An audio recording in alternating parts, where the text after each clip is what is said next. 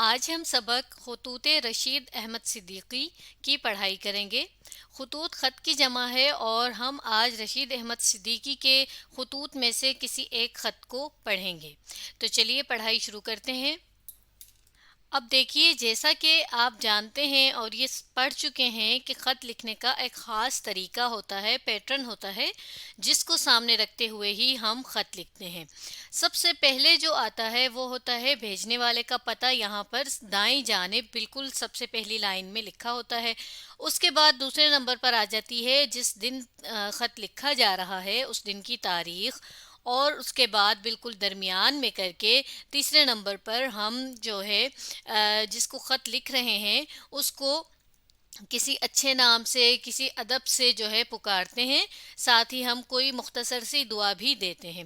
اور اس کے بعد چوتھی چیز آ جاتی ہے ہمارے پاس ہمارے خط کا مضمون، یعنی خط میں ہم نے جتنا کچھ لکھنا ہے، جو ساری باتیں لکھنی ہیں، جیسا کہ یہاں پر یہ 1، 2 اور 3 پیراگراف موجود ہیں۔ اور پانچویں نمبر پر آخر میں خط لکھنے والا جس کو خط لکھ رہا ہے اس کے لیے اپنے آپ کو جو ہے کچھ کہہ کر، جیسا کہ یہاں مخلص لکھا ہے، بالفرض آپ اپنی کسی دوست کو لکھتی ہیں تو آپ یہ لکھ سکتی ہیں، یوں لکھ سکتی ہیں، آپ کی پیاری دوست یا آپ کی دوست، اور نیچے پھر اپنا نام لکھ دیتی ہے۔ تو ہر خط میں ان 5 حصوں کو لازمی طور پر اسی طرح سے، اسی طریقے پر لکھا جاتا ہے۔ تو چلیے اب ہم خط کی پڑھائی شروع کرتے ہیں۔ ذاکر باغ، علی گڑھ مسلم یونیورسٹی، علی گڑھ۔ اب یہاں دیکھیے یہ پتہ لکھا ہے اس جگہ کا، یعنی کہ ذاکر باغ، اور علی گڑھ مسلم یونیورسٹی میں یہ باغ موجود ہے، اور علی گڑھ مسلم یونیورسٹی جو ہے یہ کس شہر میں ہے؟ علی گڑھ میں۔ تو اس طرح سے پہلے ہم جگہ کا نام، پھر اس کے بعد وہ جگہ کس جو ہے اس بالفرض کوئی محلہ ہے، کوئی کالونی ہے تو آپ اس کا نام لکھیں گے، اور سب سے آخر میں آپ اپنے شہر کا نام لکھیں گے۔ پھر تاریخ لکھی ہے 10 جولائی 1973 عیسوی۔ آگے لکھا ہے عزیز گرامی۔ عزیز کہتے ہیں جو ہمیں بہت ہی پیارا ہو، اور گرامی کہتے ہیں معزز کو، بڑے کو بھی کہا جاتا ہے، یعنی عزت کے لیے ہم یہ استعمال کرتے ہیں۔ اور اس کے بعد آپ دیکھیں یہاں پر ندائیہ کی علامت لگی ہے، یعنی کہ یہ کہہ کر انہیں پکارا جا رہا ہے ادب سے، پیار سے۔ اور پھر آگے لکھا ہے دعا، یعنی کوئی بھی دعا انہیں دی جا سکتی، صرف دعا ہی سے مطلب سمجھ آ رہا ہے۔ مولانا ضیاء احمد صاحب مرحوم آپ کے والد محترم میرے اور کتنے ہی دوسروں کے رفیق و شفیق تھے۔ رفیق کہتے ہیں دوست کو، اور شفیق کہا جاتا ہے مہربانی کرنے والے کو، مہربان شخص کو۔ مرحوم کے سانحہ رحلت۔ سانحہ رحلت 2 لفظوں کی ترکیب ہے، سانحہ اور رحلت۔ رحلت کہتے ہیں چلے جانے کو، یعنی کہ فوت ہو جانے کو، مر جانے کو، اور سانحہ کہتے ہیں کسی بھی حادثے کو، واقعے کو کہ جو اچھا نہ ہو، یعنی کہ اس پوری ترکیب کا اگر ہم مطلب سمجھیں تو وہ بنے گا موت کا واقعہ۔ پر آپ کو اور ہم سب کو جو صدمہ ہوا ہے اس کا اندازہ ہم سے، آپ سے زیادہ اور کس کو ہو سکتا ہے؟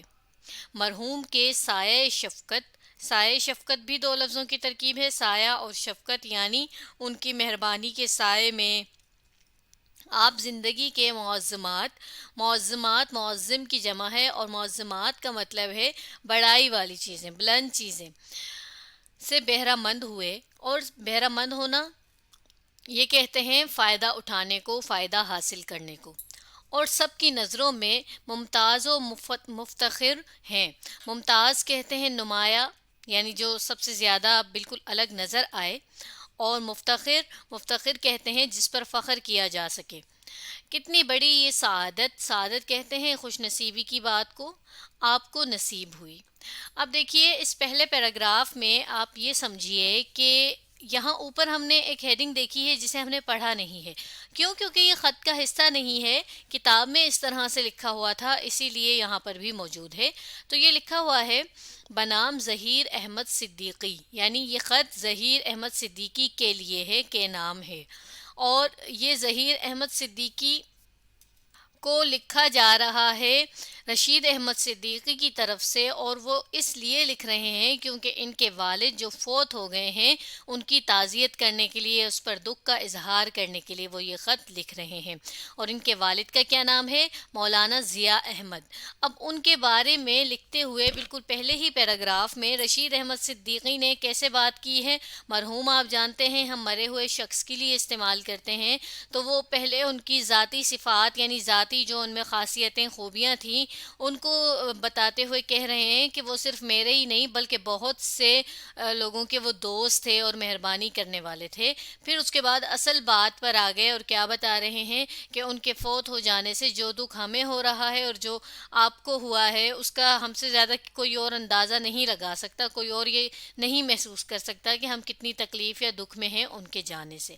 پھر ساتھ ہی یہ بتا رہے ہیں، اب دیکھیے یہ تو دو اہم باتیں ہو گئیں، پھر ساتھ ہی وہ یہ بتا رہے ہیں کہ آپ کیونکہ ان کے بیٹے ہیں تو ظاہر ہے ان کی سایہ شفقت میں، یعنی ان کے سائے میں آپ پلے بڑے، اور معظمات یعنی انہوں نے آپ کو سب کچھ سکھایا۔ ظاہر ہے ہمیں کون سکھاتا ہے؟ سب سے پہلے ہمارے والدین سکھاتے ہیں نا۔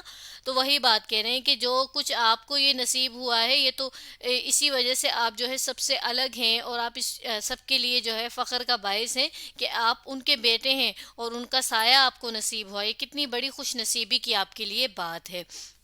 تو اس پہلے پیراگراف میں رشید احمد صدیقی نے یہ بات کی ہے۔ پھر آگے مزید وہ کیا بات کر رہے ہیں؟ میرا خیال ہے کہ مرحوم سے شاید ہی کبھی کسی شخص کو تکلیف پہنچی ہو۔ شریف شخص کی یہ صفت سب سے معتبر مانی گئی ہے۔ صفت آپ جانتے ہیں نا، خاصیت کو خوبی کو کہتے ہیں۔ معتبر کہا جاتا ہے اعتبار کے قابل، جس پر یقین کیا جا سکے۔ اردو، فارسی اور عربی ادبیات، ادبیات ادب کی جمع ہے، اور ادب آپ جانتے ہیں لٹریچر یعنی کسی بھی زبان میں جو کچھ لکھا جائے وہ سب اس کا ادب ہوتا ہے۔ پر مرحوم کی نظر بڑی گہری، وسیع اور متنوع تھی، جس کے ہم سب ہمیشہ معترف رہے۔ معترف رہنا یعنی اعتراف کرنا، ماننا کسی بات کو، اور متنوع آپ جانتے ہی ہوں گے پھیلی ہوئی، بہت زیادہ، اور اس سے استفادہ کیا یعنی کہ فائدہ حاصل کیا۔ ناملائم الفاظ کبھی زبان پر نہیں لائے۔ ناملائم یعنی کہ سخت الفاظ، ایسے الفاظ جس سے کسی کو تکلیف پہنچے، دکھ ملے۔ بڑے شوق اور سنجیدگی سے علمی مسائل پر اظہار خیال فرماتے۔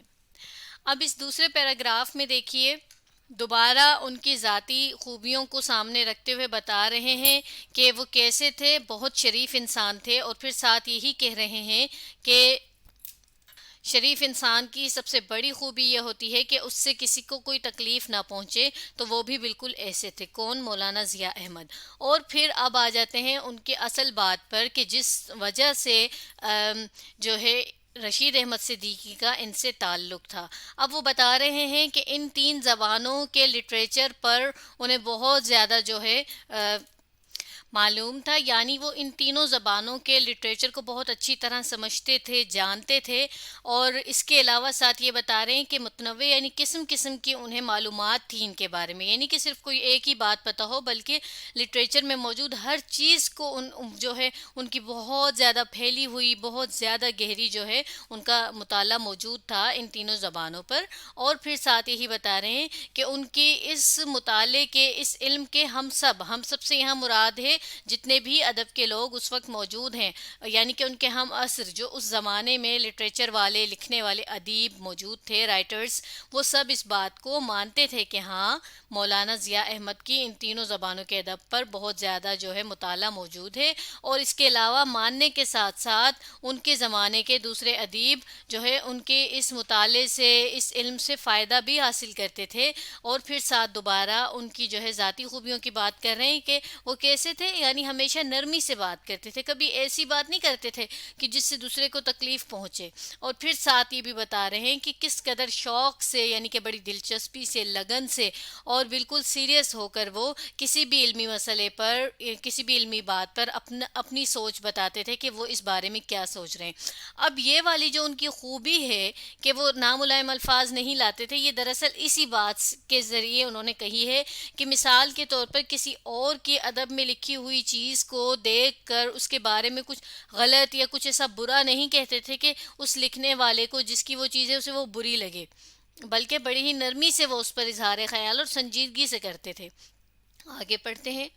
مرحوم کی مفارقت کہا جاتا ہے جدائی کو، بچھڑ جانے کو، اور یہ زیادہ تر استعمال کیا جاتا ہے مرنے والے کے لیے۔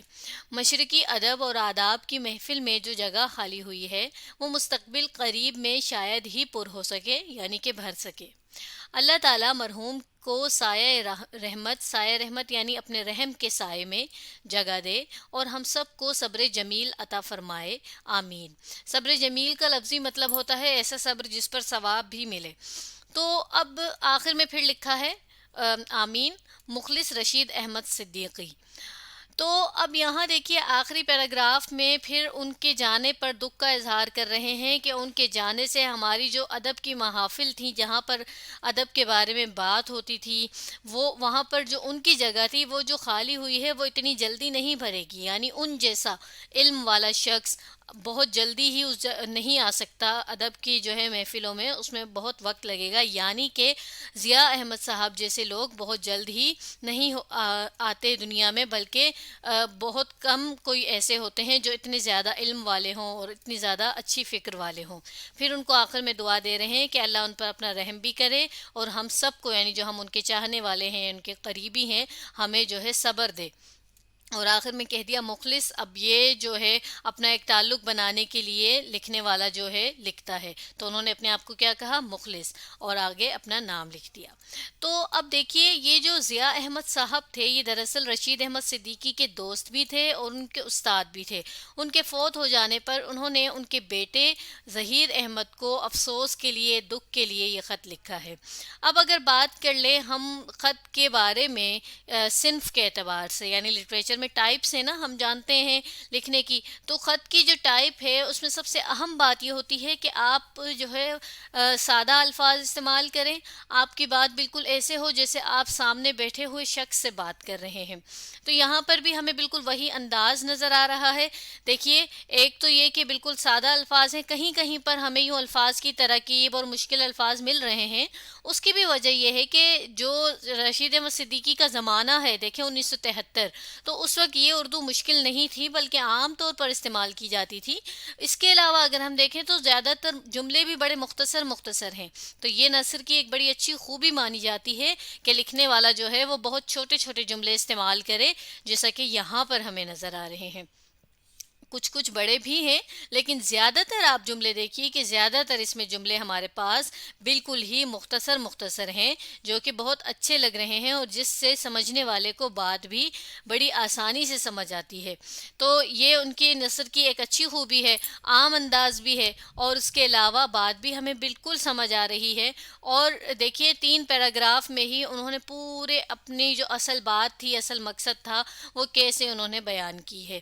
تو خط اس سے بھی زیادہ بڑا بھی ہو سکتا ہے، 4 5 6 پیراگراف بھی ہو سکتے ہیں، لیکن یہ کیونکہ ہمیں خط کو سمجھنے، خط کی صنف کو سمجھنے کے لیے ہم سمجھ رہے ہیں، اسی لیے ہم نے یہ دیکھا کہ اس میں صرف 3 پیراگراف ہیں۔ اب یہ دیکھیں یہاں پر آپ کو یہ مخلص بالکل آمین کے ساتھ نظر آ رہا ہے، یہ دراصل آمین والی لائن سے نیچے لکھا جاتا ہے، مگر کیونکہ میری اسکرین پر جگہ نہیں تھی تو اس لیے اس کو میں نے بالکل یہاں لکھ دیا ہے۔ تو آج ہم نے خطوط رشید احمد صدیقی کی پڑھائی کی۔ اب آپ اس ویڈیو کو دوبارہ دیکھیے اور اس سبق کو سمجھنے کی کوشش کیجیے۔